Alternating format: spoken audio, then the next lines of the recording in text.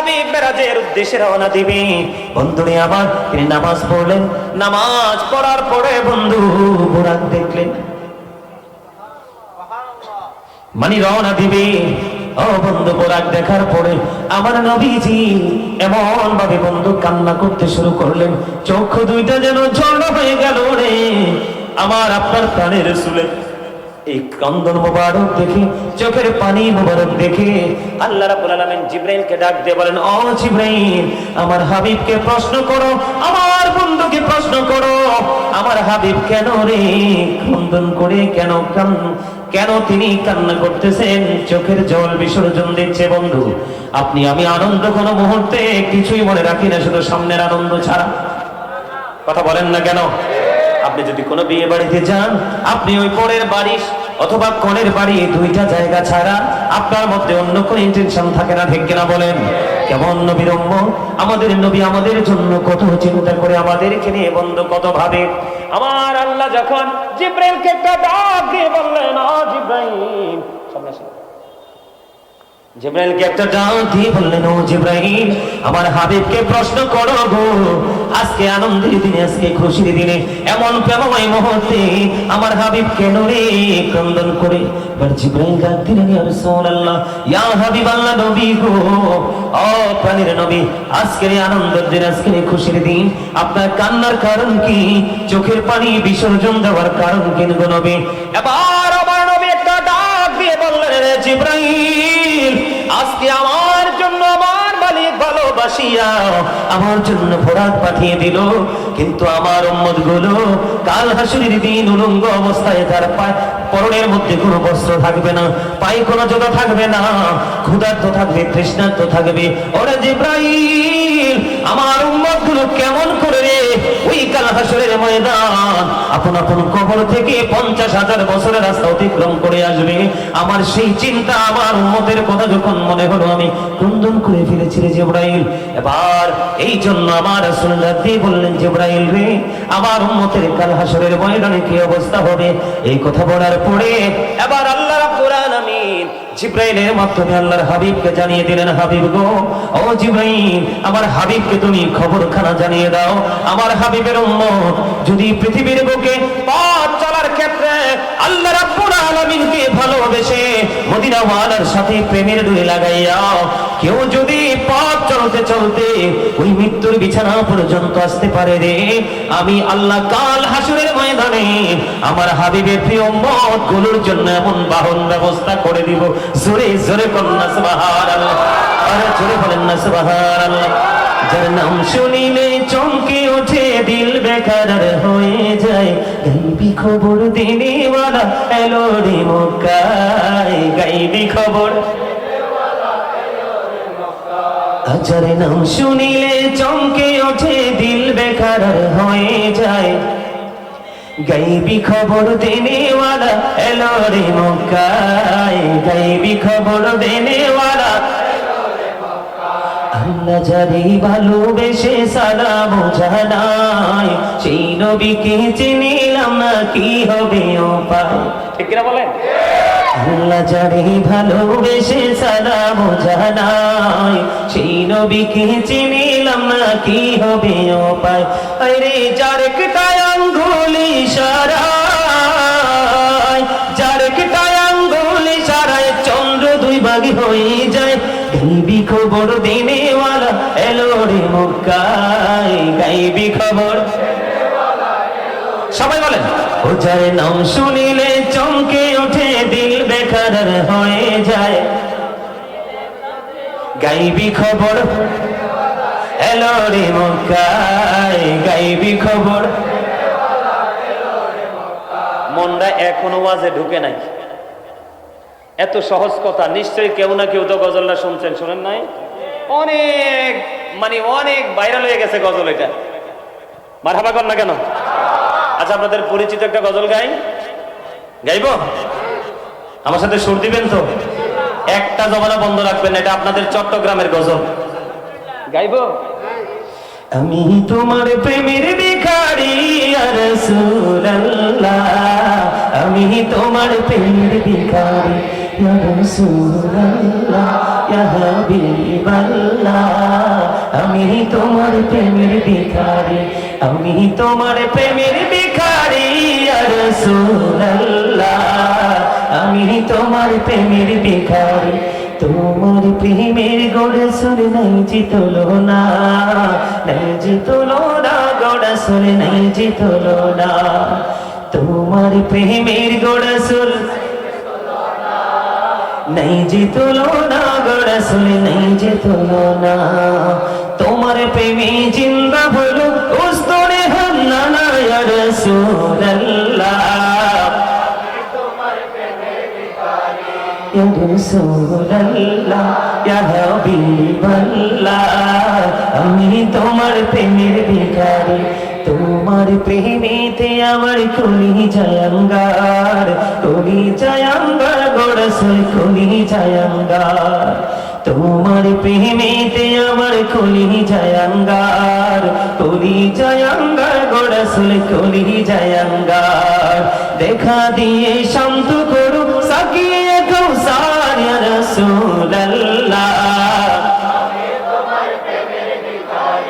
ইয়া রাসূলুল্লাহ ইয়া হাবিবাল্লাহ আমি তোমার প্রেমের ভিখারি যাব দেখাও ধন্য করো মোরে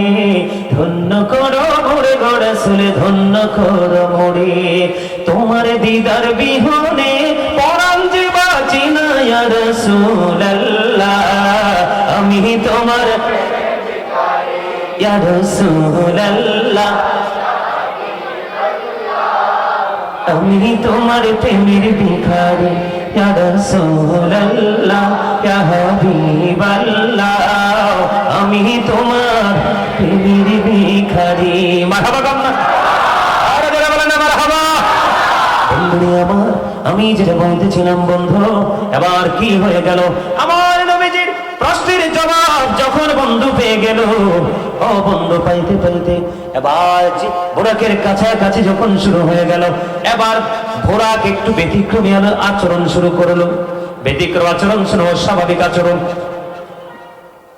এতক্ষণ যেমন নরমাল ছিল এখন কিন্তু নরমাল না একটু ব্যতিক্রম হয়ে গেল এবার জিবরাইল একটা ডাক দিলেন আরে বোরাক তুমি কি জানো না আজকে আল্লাহর প্রিয় হাবিব আল্লাহর জন্য তুমি অশ্ব হিসেবে এসেছো তুমি কেন রে দুষ্টুমি করে বোরাক একটা ডাক দিয়ে বলে আমার একটা প্রশ্ন আছে রে কই তোমার প্রশ্নটা কি আমার প্রশ্ন হলো আমার মালিক অসংখ্য বোরাক সৃষ্টি করেছে কিন্তু আমার একটা প্রশ্ন হলো আমার প্রিয় রাসূলের কাছে আল্লাহর প্রিয় হাবিবুল্লাহর কাছে আমার প্রশ্নটা হলো আমি কাল হাসরের ময়দানে আমার রাসূলের বোরাকের প্রয়োজন হইলে যেন আমি বোরাককে আমার নবীর প্রয়োজনে ব্যবহার করে সুবহানাল্লাহ কেন রে তোমাকে কেন ব্যবহার করবে কয়াম আল্লাহর সৃষ্টি অসংখ্য বোরাক আছে রে আমি সকল বোরাকের মধ্যে যেন আমার সম্মানটা অক্ষুণ্ণ থাকে সুবহানাল্লাহ বলেন না আমরা মদিনাওয়ালাকে ভালোবাসি নবীরা মদিনাওয়ালার সাথে প্রেমের ডোরে লাগিয়েছি কিন্তু যেইভাবে প্রেম করার কথা আমরা সেইভাবে প্রেম করতে পারি না ঠিক কিনা বলেন বন্ধুরে আমার একটু 19-20 হইলে আমরা আর মেনে নিতে পারি না মদিনাওয়ালার সাথে প্রেমের ডোরে লাগাইতে হবে যে নবীর জন্য আল্লাহ রাব্বুল আলামিন নিজেই প্রেমে পড়েছে ঠিক কিনা বলেন মূসা দেখতে চাইলেন মূসাকে দেখা দিল না আপনারা আমার প্রাণের রাসূলকে নিজে দাওয়াত করে নিলেন বন্ধু আল্লাহ রাব্বুল আলামিন এই জন্য তিনি 4-5 বরকতময় করে দিয়েছে এই জন্য যে যিনি ওনার সৃষ্টির নিদর্শন গুলো যেন আল্লাহর প্রিয় হাবিবকে দেখাতে পারে জোরে জোরে বলেন না সুবহানাল্লাহ বন্ধুরে আমার আল্লাহর হাবিব যখন বোরাকে সওয়ার হলেন একদিকে জিবরাইল আরেকদিকে মিকাইল ডাইনে বামে 70,000 ফেরেশতা সঙ্গে নিয়ে ও বন্ধু আল্লাহর ডাকে সাড়া দিয়ে মেরাজের উদ্দেশ্যে রওনা দিলেন রওনা দিতে বন্ধু এখান থেকে চলে গেলেন মসজিদে আকসায় কোথায় এটা কোথায় আছে জানেননি বর্তমানে আরো জোরে বলেন না ওই যে ফিলিস্তিনে সাদা সাদা কুকুরগুলো যে কুকুরগুলো মসজিদে আকসাকে তাদের উপাসনালয় হিসেবে বন্ধু আখ্যায়িত করেছে বন্ধু জানেন না ওই মেরাজের রজনীতে আমার নবী ইমাম হয়ে সকল নবীদের ইমাম হয়ে তিনি নামাজ পড়িয়েছিলেন জোরে জোরে কন্যা সুবহানাল্লাহ আর জোরে বলেন না সুবহানাল্লাহ। বন্ধুরি আমার, আল্লাহ যখন বলবে কোন হয়ে যাবে ফায়াকুন, ঠিক কিনা বলে? আল্লাহ রাব্বুল আলামিন ছাড় দেন কিন্তু ছেড়ে দেন না। ও বন্ধু, একদিন ওই সব কিছুই তো স্বাধীন হয়ে যাবে, মুসলমানদের অনুকূলে এসে যাবে, ঠিক কিনা বলেন? বন্ধুরে আমার, ওই মসজিদে আকসার মধ্যে আপনার আমার নবী ইমাম হয়ে বন্ধু নামাজ পড়িয়ে দিলেন। মাঝখানে আরো অনেক কিছু আছে বন্ধু, এখান থেকে রওনা দিলেন। সব কিছু সম্পূর্ণ করে এবার ওই ঊর্ধ্ব জগতে নূর নবী ঊর্ধ্ব জগৎ ভ্রমণ করার জন্য বন্ধু রওনা দিলেন। রওনা দেওয়ার পরে প্রথম আসমানে যখন গেলেন, জিবরাইল বললেন, দরজা খুলে দিল। সুবহানাল্লাহ বলেন। আদম সফিউল্লাহর সাথে কথোপকথন প্রেম বিনিময় হলো। সুবহানাল্লাহ। দ্বিতীয় আসমানে চলে গেলেন, হযরত ইয়াহিয়া এবং ঈসা রূহুল্লাহর সাথে দেখা হয়ে গেল। জোরে কন্না সুবহানাল্লাহ, আর জোরে বলেন না সুবহানাল্লাহ। এবার তৃতীয় আসমানে চলে গেল বন্ধু। তৃতীয় আসমানে চলে যাওয়ার পরে হযরত ইউসুফ আলাইহিস সালামের সাথে প্রেম বিনিময়। জোরে কন্না সুবহানাল্লাহ। আরেকটু মহব্বতে বলেন না। এখনো অনেকেই মুখটা বন্ধ রাখছেন, ব্যাপার কি? আমি আসলে জোর করে মুখটা জবানটা খুলতে পারবো না, আমি চেষ্টা করতে পারবো, ঠিক কিনা বলে? আমি আপনাদেরকে বিনীত ভাবে অনুরোধ করছি, এখানে যে আজকে পায়ে হেঁটে হেঁটে আসছেন না? কথা বলেন না, আসছেন কিনা? বুখারী শরীফের হাদিস বন্ধু আমার দিকে তাকান। আপনাদেরকে আমি অ্যাক্টিভ করতে পারতেছি না, মজা পাবো কি করে? আল্লাহ রাসূল বলেছেন, তুমি আল্লাহকে যেমন মনে করো ঠিক আল্লাহ তোমার কাছে তেমন। তুমি যদি তোমার মালিককে একা একা ডাকো, মালিক তোমাকে একা একা ডাকবে রে। তুমি যখন সম্মিলিতভাবে ডাকবে, স্মরণ করবে, আমার মালিক তার চেয়ে উত্তম জলসায় তোমার স্মরণ করবে।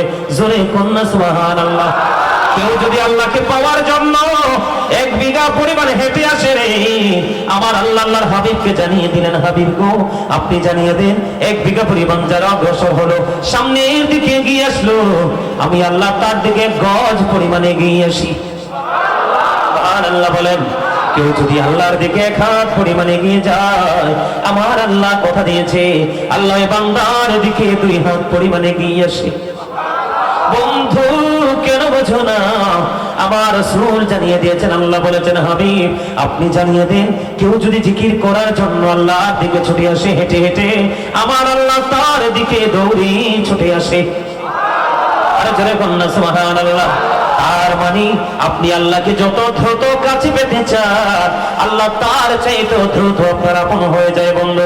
সবচেয়ে বড় মজার খবর হলো, আমার আপনার প্রাণের রাসূল বলেছেন, তোমরা জিকিরটা এমন ভাবে করো রে, জিকির জবান দিয়েও করা যায়, অন্তর দিয়েও করা যায়, তবে জবান এবং অন্তর দুটো মিলিয়ে যে জিকির করা হয়, এটাই হলো সবচেয়ে গুরুত্বপূর্ণ, সবচেয়ে প্রেমময় গ্রহণযোগ্য জিকির। আল্লাহ রাসূল বললেন, তুমি যত বেশি জিকির করবে, তোমার আমলনামা থেকে তত বেশি গুনাহ ঝরে যাবে। আমি আপনাকে एग्जांपल দেই বন্ধু, এই মুহূর্তে আমার কাছে সহজ একটা एग्जांपल হলো, এই যে দেখেন আমার সামনে টিস্যুর বক্স, একটা টিস্যু হাতে নিলাম, জাস্ট एग्जांपल। এই যে আমি এখানে মনে করলেন ময়লা আছে, কি আছে, আমি টিস্যু দিয়ে চাপ দিয়ে দিলাম, ময়লাগুলো ক্লিন হয়ে গেল, পরিষ্কার হয়ে গেল, আমি টিস্যুটাকে পেঁচিয়ে ফেলে দিলাম, শেষ, ঠিক কিনা বলেন? এই মুহূর্তে ময়লাটা পরিষ্কার করার উপকরণ হিসাবে ব্যবহার করেছে কি? টিস্যুটা। আমার মালিক বলছে মানুষ অপরাধ করবে, এটাই স্বাভাবিক, কারণ চিরশত্রু শয়তান আমার মালিক আমাদেরকে দিয়েছে পরীক্ষার জন্য, ঠিক কিনা বলেন? এটা আপনারা জানেন কিনা জানি না। পরীক্ষা করিতে শুধু বান্দার ঈমান, শয়তান পাঠিয়েছে মালিক সুবহান। দেখি বান্দা শয়তানের ধোকায় পড়িয়া, ঠিক থাকে কি যায় আমাকে বলিয়া, আপন কালাম বেছে পড়মিয়েছেন খোদা, আর বান্দা শয়তান থেকে থাকো জুদা। এই কথা কি ব্রেইনে ঢুকছে? আবার বলি, মুখস্থ করেন। পরীক্ষা করিতে শুধু বান্দার ঈমান, শয়তান পাঠিয়েছে মালিক সুবহান। দেখি বান্দা শয়তানের ধোকায় পড়িয়া, ঠিক থাকে কি যায় আমাকে ভুলিয়া, আপন কালাম বেঁচে ফরমিয়েছেন খোদা, আর বান্দা শয়তান থেকে থাকো জুদা। আল্লাহ বলেছেন বন্ধুরে আমার, ইন্না শাইতানা লাকুম আদুউন ফাত্তাখিযুহু আদুওয়া, শয়তান তোমাদের দুশমন, থেকে দুশমন বলে গণ্য করতে হবে। আর মুমিন মুত্তাকি যারা, আমার আল্লাহ তাদের সম্পর্কে বলে দিয়েছে ইন্না কাইদা শাইতানি কানা দাঈফা, শয়তান ডিসিপশন ইজ ভেরি উইক। ইমানদারের জন্য শয়তানের ধোঁকা একেবারে দুর্বল, হাজার চেষ্টা করলেও ইমানদারকে আটকাতে পারে না। সুবহানাল্লাহ, আর জোরে বলেন না সুবহানাল্লাহ। এই জন্য বন্ধু বলে দিলাম আমি আপনাদেরকে বুঝে নিতে হবে। আল্লাহ রাসূল বলে দিয়েছেন বন্ধু, শয়তানের ধোঁকায় পড়ে মানুষ অন্যায় করবে, এটাই স্বাভাবিক, কিন্তু আবার যখন তওবা করবে আমার মালিক তাকে ক্ষমা করে দিবে। এর মানে এইটা না যে তুমি জানার বোঝার পরেও তুমি পাপ কাজে লিপ্ত হবে। আল্লাহ রাসূল এই জন্য জানিয়ে দিয়েছে তোমরা বেশি বেশি করে জিকির করো। পৃথিবীতে যেমনি ময়লা পরিষ্কার করার কোনো না কোনো উপকরণ রয়েছে, যেমন আপনার শরীরে কাপড়ে ময়লা লাগছে, পরিষ্কার করার উপকরণ হলো বন্ধু, কি বলা হয় এটাকে? সার্ফ এক্সেল, ঠিক না ভাই? হুইল পাউডার অথবা সাবান, ঠিক না ভাই? ঠিক আছে নি কথা? ঠিক তেমনি ভাবে মানুষের মনের ঘরের ময়লা দূর করার জন্য, মানুষের মনের ঘরের ময়লা দূর করার জন্য উপকরণ হলো মাওলার জিকির। জোরে জোরে বলেন না সুবহানাল্লাহ। তাহলে জিকির সুবহানাল্লাহ আলহামদুলিল্লাহ আল্লাহু আকবার বলতে দ্বিধা করবেন নি, আওয়াজ তুলে প্রাণ খুলে আল্লাহর জিকির করবেন, কারণ জিকির করলে মাওলার দিদার সহজ হয়ে যায়, ঠিক না বলে? বন্ধুরে আমার রাসূল চলে গেলেন কোথায়? তৃতীয় আসমানে। ওখানে গিয়ে বন্ধু কার সাথে দেখা হলো? হযরত ইউসুফ আলাইহিস সালামের সাথে। জোরে বলেন না সুবহানাল্লাহ। বন্ধু চতুর্থ আসমানে হযরত হারুন আলাইহিস সালামের সাথে। জোরে কন্যা সুবহানাল্লাহ। চতুর্থ আসমানে হযরত ইদ্রিস আলাইহিস সালামের সাথে। জোরে কন্যা সুবহানাল্লাহ। পঞ্চম আসমানে হযরত হারুন আলাইহিস সালামের সাথে। ষষ্ঠ আসমানে বন্ধু মুসা কালিমুল্লাহর সাথে। আর সপ্তম আসমানে হযরত ইব্রাহিম খলিলুল্লাহর সাথে। জোরে জোরে বলেন না সুবহানাল্লাহ, আর জোরে বলেন না সুবহানাল্লাহ। বন্ধুরে আমার দিদার হলো, কথোপকথন হলো, সালাম বিনিময় হলো। এবার কোথায় গেলেন? আস্তে আস্তে আস্তে আস্তে করে চলে গেলেন সিদরাতুল মুনতাহায়। জোরে কন্যা সুবহানাল্লাহ। সিদরাতুল মুনতাহায় চলে গেল। চলে যাওয়ার পরে এবার কি করলেন? জিবরাইল বললেন ইয়া রাসূলুল্লাহ, ইয়া হাবিবাল্লাহ, নবী গো, ও প্রাণের নবীজি, আমি আর সামনে বেরোতে পারবো না। সামনে যদি অগ্রসর হই তাহলে আল্লাহর নূরের তাজাল্লিতে পড়ে ছাই হয়ে যাব। জোরে জোরে কন্যা আরেকবার আল্লাহু আকবার। এখন আল্লাহ রাসূল আল্লাহর সাথে সরাসরি আল্লাহর আরশে গিয়ে দেখা করছে কিনা বলেন? আমি তো ওয়াজ করবই, পরে করবো, আগে আপনাদেরকে জানতে চাই, এটা বিশ্বাস করেননি? মাঝখানে পর্দা ছিল নাকি সশরীরে ছিল? সশরীরে। আহলুস সুন্নাতুল জামাতের অন্তর্ভুক্ত যারা, তাদের আকীদা হলো আপনার আমার প্রাণের নবী সশরীরে আল্লাহর সাথে দিদার হয়েছে, কথোপকথন হয়েছে। জোরে জোরে কন্যা সুবহানাল্লাহ। বন্ধুরে আমার এবার কি করলেন? ওখানে গিয়ে জিবরাইল বললেন ইয়া রাসূলুল্লাহ, আমি আর যেতে পারবো না, আমার স্টেশন এখানে শেষ। আপনাকে নেওয়ার জন্য আল্লাহর আরশ পর্যন্ত, আপনাকে নেওয়ার জন্য এবার আসবে রাফরাফ। জোরে কন্যা সুবহানাল্লাহ। বন্ধুরে আমার কিন্তু ওই সিদরাতুল মুনতাহায় গিয়ে চারটা নহর নবীজি দেখতে পাইলেন। কয়টা? আরো জোরে বলেন না। এর মধ্যে চারটার মধ্যে ও বন্ধু দুইটা হলো জান্নাত থেকে। কোত্থেকে? জান্নাত থেকে। আরেকটা হলো ওই ফুরাত নদীর নীল নদ থেকে। জোরে জোরে কন্যা সুবহানাল্লাহ, আরো জোরে বলেন না সুবহানাল্লাহ। বন্ধুরে আমার এখান থেকে রওনা হলেন রফরফ নিয়ে যখন রওনা হলেন, এবার চলে গেলেন আল্লাহ রাব্বুল আলামিনের আরশ পর্যন্ত। আল্লাহর আরশের যাওয়ার পরে, আল্লাহর আরশের গেইটে যাওয়ার পরে আল্লাহর প্রিয় হাবিবুল্লাহ পা মোবারক থেকে পাদুকা মোবারক খুলতে চায়। আল্লাহ রাব্বুল আলামিন একটা ডাক দিলেন। আল্লাহ রাব্বুল আলামিন একটা ডাক দিয়ে বললেন, হাবিবি গো, আপনি জুতা মোবারক নিন, আপনি আমার আরশে প্রবেশ করুন। এবার আপনার আমার প্রাণের রাসূল একটা ডাক দিলেন। একটা ডাক দিয়ে বললেন, আল্লাহ গো, মূসা যখন কুহে তুলে দিয়েছিলেন, আপনি বলেছিলেন জুতা খুলে যাওয়ার জন্য, কিন্তু কোহিনূরের তুলনায় আপনার আরশটা অনেক দামি। আমি ওখানে কেমন করে আসবো জুতা নিয়ে? জোরে জোরে কন্যা সুবহানাল্লাহ। আমার আল্লাহ ডাক দিয়ে বললেন, হাবিব মূসাকে জুতা খুলে যাওয়ার জন্য এই জন্য বলেছিলাম, কারণ এই কারণে বলেছিলাম, কারণ মূসাকে কোহিনূরের মাটি লাগাই আমি মূসার দাম বাড়াবো। এই জন্য বলেছিলাম, মূসা তুমি যখন কোহিনূরে গিয়েছো জুতা খুলে যাও। আর আপনাকে আজকে বলছি জুতা নিয়ে আসার জন্য, সেটার কারণ হলো আমি মূসার দাম বাড়িয়েছিলাম ওই কোহিনূরের মাটি লাগাইয়া, আর আমি আজকে আমার আরশের দাম বাড়াবো আপনার জুতার ধুলি লাগাইয়া। জোরে জোরে বলেন না সুবহানাল্লাহ। ইয়া রাসূলুল্লাহ ইয়া হাবিবাল্লাহ ইয়া রাসূলুল্লাহ ইয়া হাবিবাল্লাহ। মন করে না কি রাশিয়া সওয়াল করবি বসাইয়া, নিবেদ পর্দা দয়াল নবী উঠাইয়া, সালাম জানাবো কদম সুইয়া। ইয়া রাসূলুল্লাহ ইয়া হাবিবাল্লাহ ইয়া রাসূলুল্লাহ ইয়া হাবিবাল্লাহ। আমার মতে নিদান কালে আসিও নবী গো আমার শিয়রে, দেখিব আপনাকে আপন নজরে। ইয়া রাসূলুল্লাহ ইয়া হাবিবাল্লাহ ইয়া রাসূলুল্লাহ ইয়া হাবিবাল্লাহ। আমার মতের নিদান কালে আসিও নবী গো আমার শিয়রে, দেখিব আপনাকে আপন নজরে। ইয়া রাসূলুল্লাহ ইয়া হাবিবাল্লাহ ইয়া রাসূলুল্লাহ ইয়া হাবিবাল্লাহ।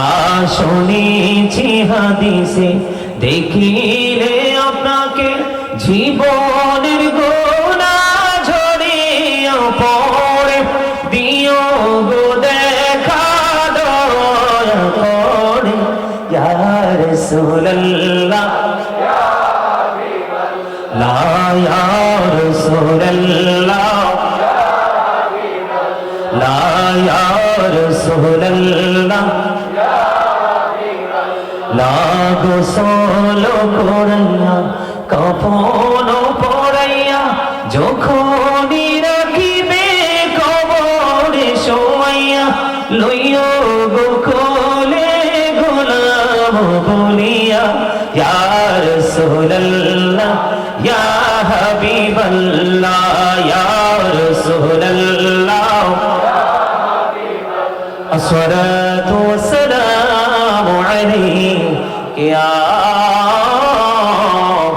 রাসূলুল্লাহ। জোরে জোরে বলেন আলহামদুলিল্লাহ। মজা লাগেনি ওয়াজ? কার কার কাছে ভালো লাগে? আরো জোরে বলেন, সোজা করে হাত তোলেন। নোমা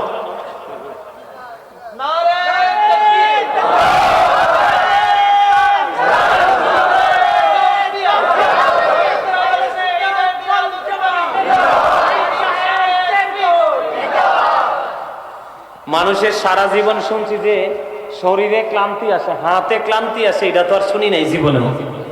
হাত যে তুলছেন মনে হয় যে হাত একেবারেই অসুস্থ। একদম সোজা করে হাত তুলে নিয়ে দেখান, একদম সোজা করে, একদম।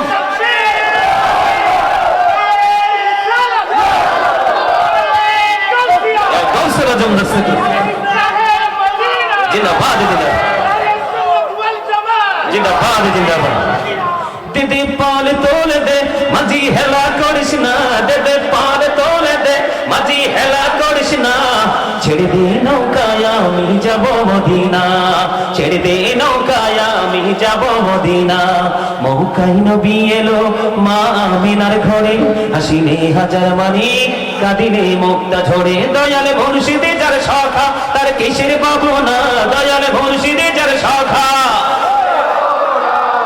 আমার হৃদয়ে মাঝে কাবা নয়নে মদিনা, আমার হৃদয়ে মাঝে কাবা নয়নে মদিনা। দিদি পাল তোলে দে,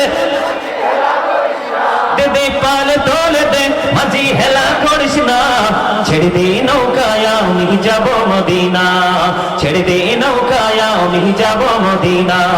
নূরের রোশনীতে দুনিয়া গেছে ভরে, সে নূরের বাতি জ্বলে মদিনার ঘরে ঘরে। নূরের রোশনীতে দুনিয়া গেছে ভরে, সে নূরের বাতি জ্বলে মদিনার ঘরে ঘরে। দয়ালে মুর্শিদে যার শাখা,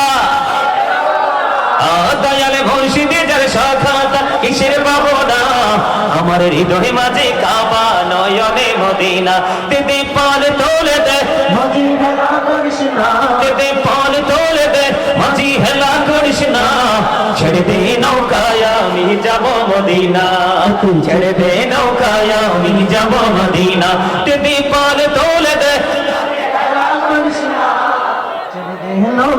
আমি যাব মদিনা। মারহাবা। আরো জোরে হাত তুলতে কি ভয় পান? 2-4 মিনিট হাত তুললে কি হয়? সুন্দর লাগে, ঠিক না? আরো জোরে। এই শুধু কি আমরাই নবীজির শান গাইতেছি? মসজিদে নববীর মিম্বরে দাঁড়িয়ে হাসান ইবনে সাবিত রাদিয়াল্লাহু তাআলা আনহু আমার নবীজির শান গেয়েছিলেন। আর আমার রাসূল বলেছিলেন, আল্লাহ খুশি হয়ে হাসান ইবনে সাবিতকে রুহুল কুদ্দুসের মাধ্যমে সাহায্য করো। আশিকের প্রেমিকের হৃদয়ের খোরাক হলো এগুলো, ঠিক কিনা বলেন? আর যারা বলেন গোলাপ নীলাম গাঁদা নীলাম, নীলামের রজনীগন্ধা, ওনির শোকে মালা গাঁথিব সকাল থেকে সন্ধ্যা, ওনির শোকে মালা গাঁথিব সকাল থেকে সন্ধ্যা। একবার দেখা দাও যদি ও গো কামলি মালা, একবার দেখা দাও যদি স্বপ্নে রাত্রি বেলা, হাসি মুখে পড়াবো তোমায় হাজার ফুলের মালা। বলো ইয়া রাসূলুল্লাহ, ইয়া হাবিবাল্লাহ, বলো ইয়া রাসূলুল্লাহ, ইয়া হাবিবাল্লাহ। গোলাপ নীলাম গাঁদা নীলাম, নীলামের রজনীগন্ধা, ওনির শোকে মালা গাঁথিব সকাল থেকে সন্ধ্যা। একবার দেখা দাও যদি ও গো কামলি মালা, একবার দেখা দাও যদি সোনের বেলা, হাসি মুখে পড়াবো তোমায় হাজার ফুলের মালা, হাসি মুখে পড়াবো তোমায় হাজার ফুলের মালা। রাসূলুল্লাহ ইয়া হাবিবাল্লাহ, মারহাবা বলেন না? আর জোরে। আমার জীবনে চট্টগ্রামে যত মাহফিল করছি, প্রতি বছর সবচেয়ে বেশি প্রোগ্রাম করি চট্টগ্রাম। সারা বাংলাদেশে যা করি তার চেয়েও বেশি। যেমন ঈদে মিলাদুন নবীতে আমি যতগুলো প্রোগ্রাম করেছি সবগুলো চট্টগ্রামে। আমার মনে হয়, রাগ করেন না, আমার মনে হয় এই আপনাদের এই প্রোগ্রামের উপস্থিতিদের মতো দুর্বল উপস্থিতি আমার মনে হয় আমি চট্টগ্রাম আর জীবনে পাইনি। সবাই দুর্বল আমি সেটা বলছি না, কিছু কিছু লোক আছে অনেক এক্সপেরিয়েন্স আছে তাদের, কিন্তু আপনারা ম্যাক্সিমামে দুর্বল। আপনাদের মানে প্র্যাকটিক্যাল বুদ্ধিটা খুব কম। গজল শুনলে মিয়া পাগলতা রাস্তা ছেড়ে চলে আসে, ঠিক কিনা বলেন? সুর পছন্দ করে না পৃথিবীতে এমন মানুষ আছে? আছে? আর যারা বলেন আছে? নাই। যাই হোক, আল্লাহ আমাদের সবাইকে কবুল করেন, সকলে বলেন আমিন। আর যারা বলেন আমিন। বন্ধুরে আমার, আমার নবী আপনার নবী, দু জাহানের বাদশা নবী, রাহমাতুল লিল আলামিন, ও পাদুকা মোবারক খুলতে চাই। আমার আল্লাহ ডাক দিয়ে বলেন, না না না হাবিব, আপনি আপনার পাদুকা নিয়ে আমার আরশে কদমটা বাড়িয়ে দেন। ওই মূসাকে কোহে তুলে মাটি লাগাইয়া মূসার দাম বাড়িয়েছিলাম গো, আজকে আপনার পায়ের ধুলি লাগাইয়া আমি আমার আরশের দাম বাড়াবো। সুরে সুরে কন্যা সুবহানাল্লাহ। বন্ধু, এটা আমার জন্য কত বড় নিয়ামত। অন্য কোন নবীর উম্মত, অন্য কোন নবীরা আল্লাহর কাছ থেকে অনুমতি পায়নি, যাওয়া তো থাক দূরে। আর আপনার আমার প্রাণের নবী এমন ভাবে গিয়েছে বন্ধু, চারপাশ আল্লাহ বরকতময় করে দিয়েছে, আল্লাহ নিদর্শন গুলো দেখিয়েছেন। জোরে জোরে কন্যা সুবহানাল্লাহ। আল্লাহর সাথে দেখা হয়ে গেল, আল্লাহর হাবিবকে আল্লাহ প্রশ্ন করলেন। হাদিস শরীফের মধ্যে এসেছে, বন্ধু হাবিব, আসমানে ফেরেশতারা কি নিয়ে বিতর্ক করছে? আপনার আমার প্রাণের রাসূলকে আল্লাহ রাব্বুল আলামিন প্রশ্ন করলেন, আল্লাহর বন্ধুকে। আমাদের দেশে কিছু মৌলবী বের হইছে, দেখবেন নবীজি নাকি আল্লাহর সাথে সরাসরি দেখা করে নাই, নবীজির সাথে নাকি মাঝখানে পর্দা ছিল। আল্লাহ যদি আল্লাহর হাবিবকে পর্দার বাহিরে রাখবে, তাহলে তো আল্লাহ এত দূর প্রেমের বাগানে নেওয়ার কোনো দরকার ছিল না। ঢেকেরা বলেন, বুঝে আসে কি আসে না? বন্ধু আমার রাসূলকে প্রশ্ন করলেন, আমার আল্লাহ হাবিব, আসমানে ফেরেশতারা কি নিয়ে বিতর্ক করতেছে? এবার আল্লাহ রাব্বুল আলামিন বললেন, আল্লাহ যখন প্রশ্ন করলেন, আল্লাহ হাবিব বললেন, আল্লাহ গো, এই খবর তো আপনি ভালো জানেন। এই উত্তর দিতে দেরি আপনার আমার প্রাণের রাসূল তিনি বলেছেন, বন্ধু আল্লাহর হাবিবের দুই কাঁধ মোবারকের মধ্যখানে আল্লাহর কুদরতি হাত রেখে দিলেন। জোরে জোরে কন্যা সুবহানাল্লাহ, আরে জোরে বলেন না সুবহানাল্লাহ। বন্ধুরে আমার, আল্লাহ রাসূল আজকে আসার সময় গাড়িতে যখন উঠবো, তখনও বন্ধু রওনা দেওয়ার সময়ও এই হাদিসগুলো চোখে দেখে দেখে এসেছি। বন্ধু আমার কাছে অবিশ্বাস্য লাগে, আমার বুঝে আসে না ওই আলিমগুলো কেমন করে বলে রে, আমার নবী এবং আল্লাহর মধ্যখানে পর্দা ছিল, এটা কখনো সত্যিকারের ইমানদার মানবে না। আপনারা হাটহাজারী চৌধুরীর হাটের মানুষ মানবেন? আপনারা কি মানবেন? এটাকে আমরা বিশ্বাস করব? কোনদিনও না। ও বন্ধু আমার দিকে তাকান, অত্যন্ত প্রেমের খবর। বন্ধুরে আমার, আল্লাহ রাব্বুল আলামিনের কুদরতি হাত মোবারক, আল্লাহ রাসূলের দুই কাঁধ মোবারক আমার দিকে তাকান, আল্লাহর হাবিবের দুই কাঁধ মোবারকের মধ্যে রাখলেন।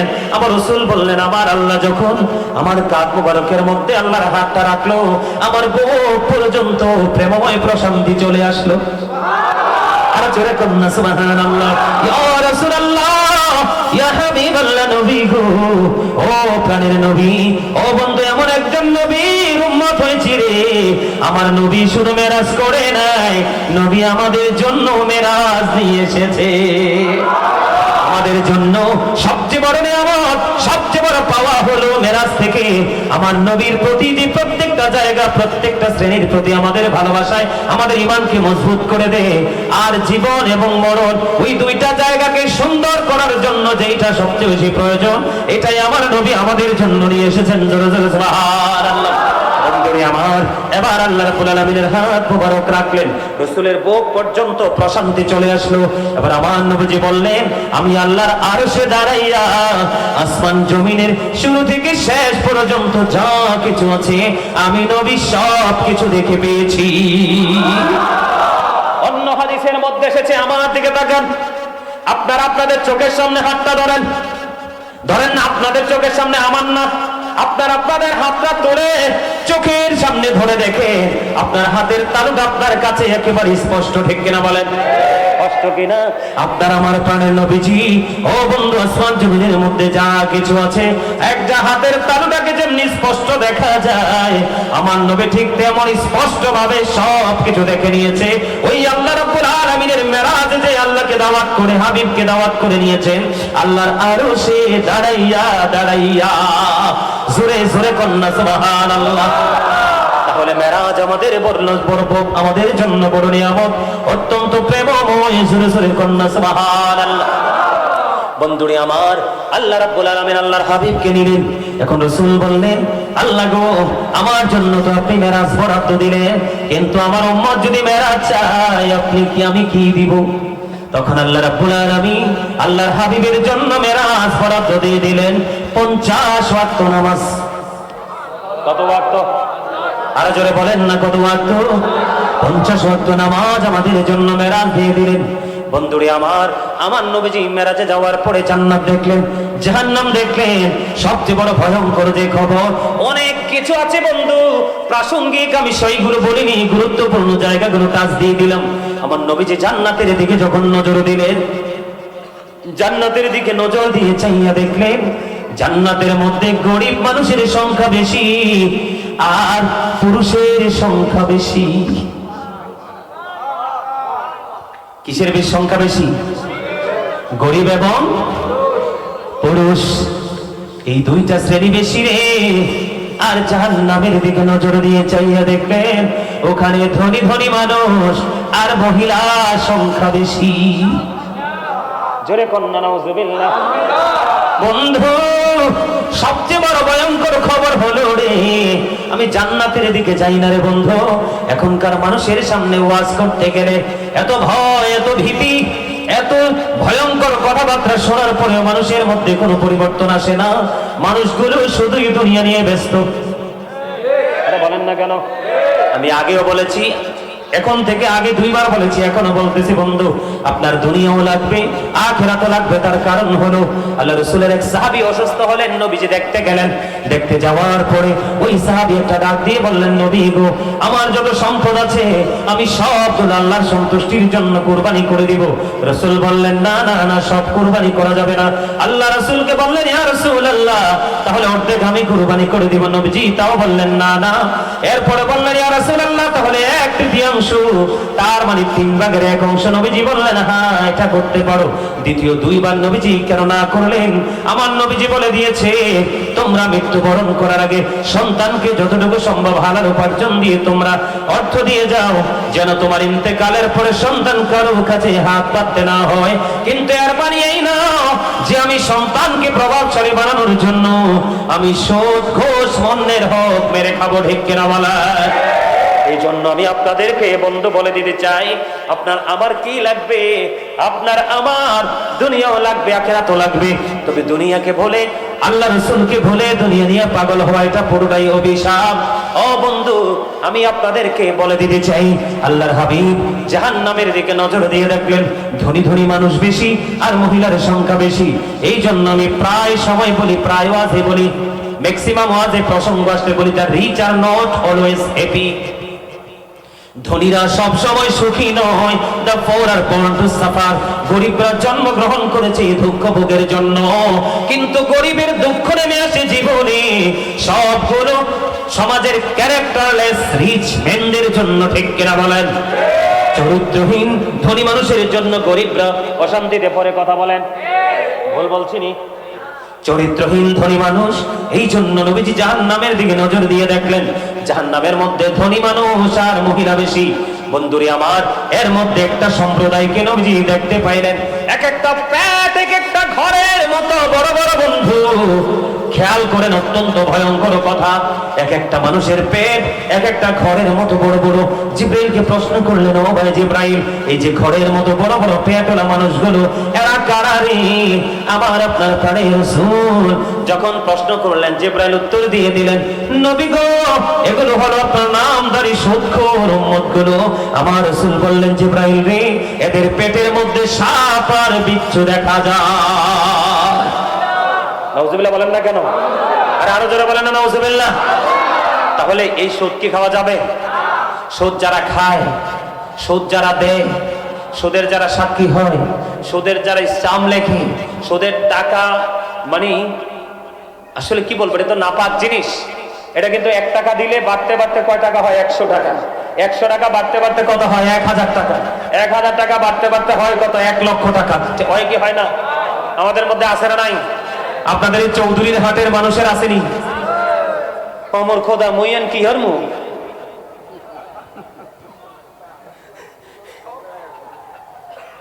মুই কি চলে যামু?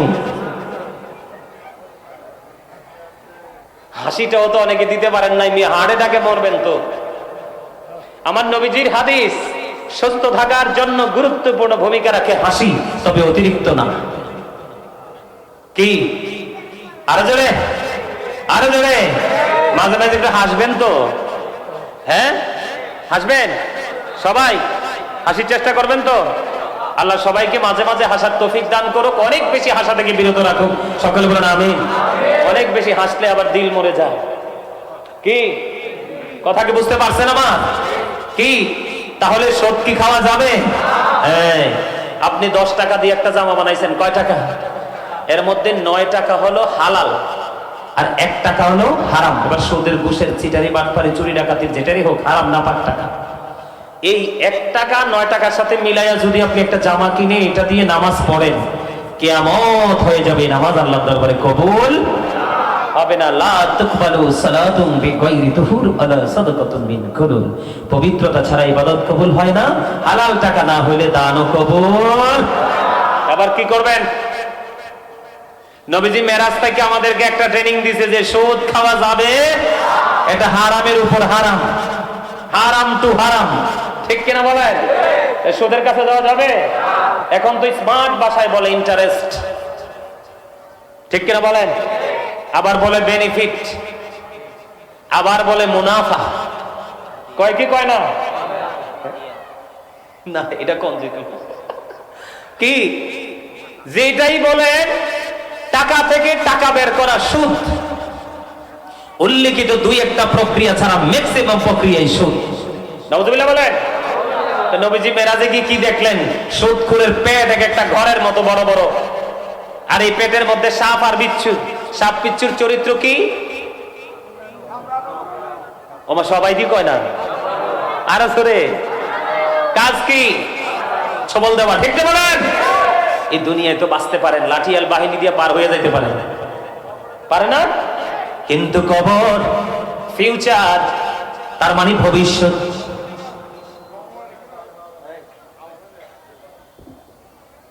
বন্ধুরে আমার, আমি আপনাদেরকে বলে দিতে চাই, ওই জায়গাটা অত্যন্ত ভয়ঙ্কর। লা ইয়ামুতু, মরার কোনো সুযোগ নাই। ফিহা ওয়ালা ইয়াহইয়া, বাঁচারও কোনো সুযোগ নাই।